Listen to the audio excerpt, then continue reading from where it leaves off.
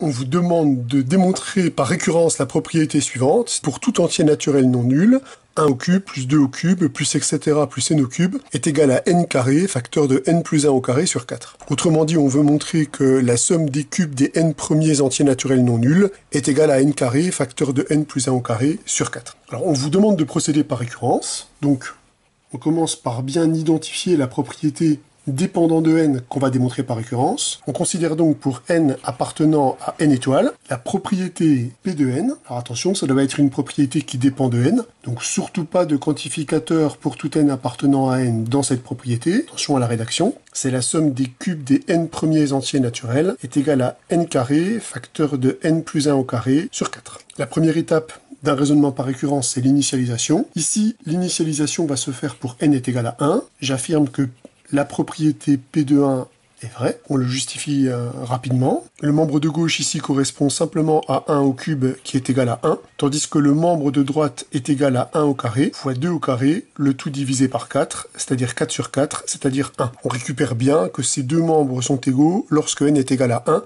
la propriété est donc initialisée. Reste maintenant à montrer l'hérédité. Pour montrer l'hérédité, on va se donner un entier naturel supérieur ou égal à la dernière propriété initialisée, donc un entier naturel non nul. On suppose que la propriété P de n est vraie, et on va démontrer la propriété P de n plus 1. On va donc commencer par bien identifier la propriété que l'on souhaite démontrer. La propriété P de n plus 1, c'est la somme des cubes des n plus 1 premiers entiers naturels non nuls, va être égale à n plus 1 au carré, facteur de n plus 2 au carré sur 4. C'est simplement ce qu'on obtient en remplaçant n par n plus 1 dans la relation P de n. Donc on va se concentrer sur ce qu'on doit calculer. Ce qu'on doit calculer, c'est cette somme-là. Or, dans cette somme, vous voyez directement que l'hypothèse de récurrence apparaît. L'hypothèse de récurrence, c'est le fait que la somme qui est ici est égale à n au carré, facteur de n plus 1 au carré sur 4. Je peux donc appliquer l'hypothèse de récurrence pour dire que cette expression-là est égale à n carré, facteur de n plus 1 au carré sur 4, plus n plus 1 au cube. Donc là, je viens d'utiliser mon hypothèse de récurrence, c'est-à-dire ce qu'on a supposé vrai, la propriété P de n. Maintenant, je vais poursuivre le calcul avec comme objectif de montrer que l'expression est égale à n plus 1 au carré fois n plus 2 au carré sur 4. Comme je veux arriver à une expression factorisée, je vais déjà regarder si dans ce terme-là, il n'y a pas des facteurs communs. On voit tout de suite que n plus 1 au carré se factorise. Mais afin d'éviter de manipuler des fractions, je vais factoriser dans cette expression n plus 1 au carré sur 4. Dans le premier terme, il ne me reste plus que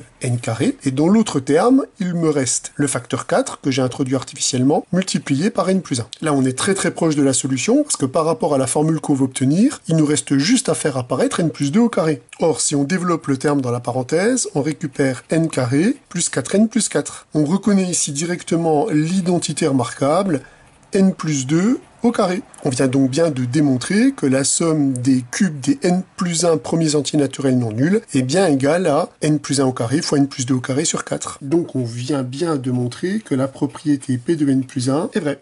On est en mesure maintenant de conclure notre récurrence. On a donc démontré que pour tout entier naturel non nul, la somme pour k variant entre 1 et n de k au cube est égal à n carré, facteur de n plus 1 au carré, sur 4.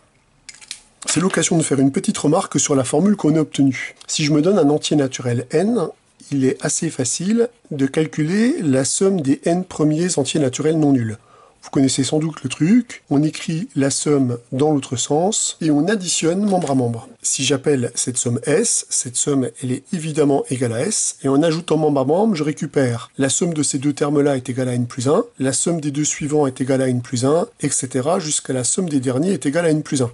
Ce qui est assez logique, puisque à chaque fois que j'incrémente ce terme-là d'une unité, je décrémente celui-là d'une unité. Donc la somme reste constante. On récupère donc que cette expression-là est égale à 2s. Il nous reste à compter combien de fois j'obtiens le terme n plus 1. On l'obtient n fois, puisque le n plus 1 qui est ici provient de 1, le n plus 1 qui est ici provient de l'addition avec 2, etc. Donc il suffit de compter sur nos doigts le nombre de n plus 1 qu'on a ici. On récupère donc que n facteur de n plus 1 est égal à 2 fois la somme S qu'on a indiquée comme étant la somme des n premiers entiers naturels. On obtient donc que la somme des n premiers entiers naturels est donc égale à n facteur de n plus 1 sur 2. Eh bien, si on prend en compte cette remarque, qu'est-ce que vous obtenez? Vous obtenez que le terme qui est ici, c'est le carré de la somme des n premiers entiers naturels. On arrive donc à une formule qui est assez jolie. On obtient donc 1 au cube plus 2 au cube plus etc.